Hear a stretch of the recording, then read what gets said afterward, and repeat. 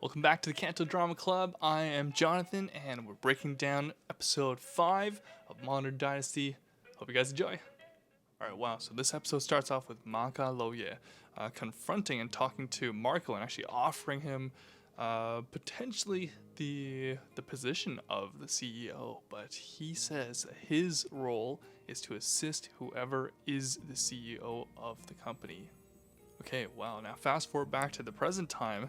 Maka Loye is talking to Sammy and asks her who she thinks is a suitable replacement for Joe as the CEO, and she actually does a very smart and very elegant explanation of what she thinks or who she thinks should take over as the position. And she says whoever is able to see the long picture, so the one who's able to see that when Joe comes back from his ended time, who's going to be the one who is actually going to release and relinquish that role and give it back to him. So if either Dai Byung-suk or Thomas take over, I don't think those two options would relinquish the role. And so that is why he casted his vote for Sammy.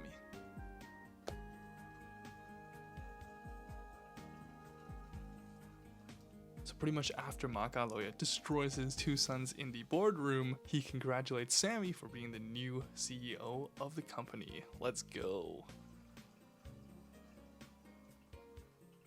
Holy, so here we go, Marco, the villain. So at this point, they kind of go back and forth between the timelines and the years, but Marco actually finds out that this uncle of his awoke from his coma. The only thing that he could say for actually dying this time was right there on the screen, Masan, Bonka, Masan.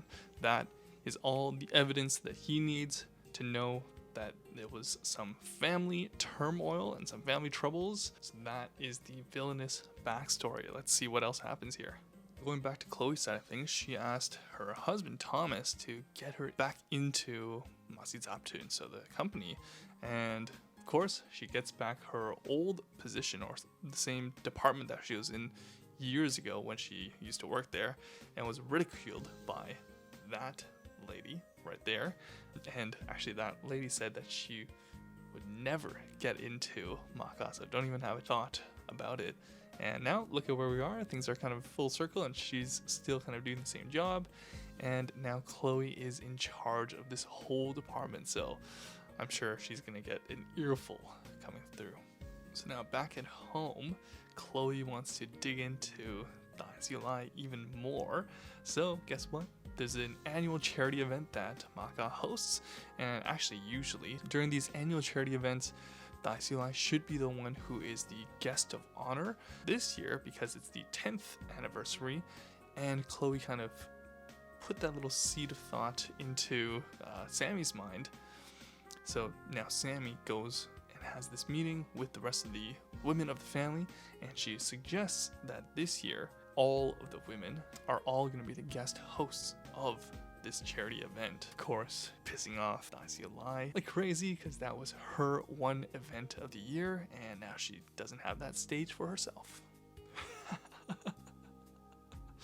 Look at that reaction. Alright, so this moment right after that talk with the women is too funny. So of course Dynasty goes back to Dynasty and talks to him and is kind of blowing off steam, and then she pretty much tells him to go out and find a charitable donation, so an item for people to bid on that is even better than last year's prize, which she did claim the top bid on. So look at his face, look at that expression, says it all. He's like, what are you getting me into?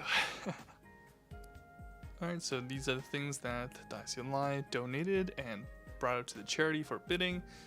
These matching vases, I guess.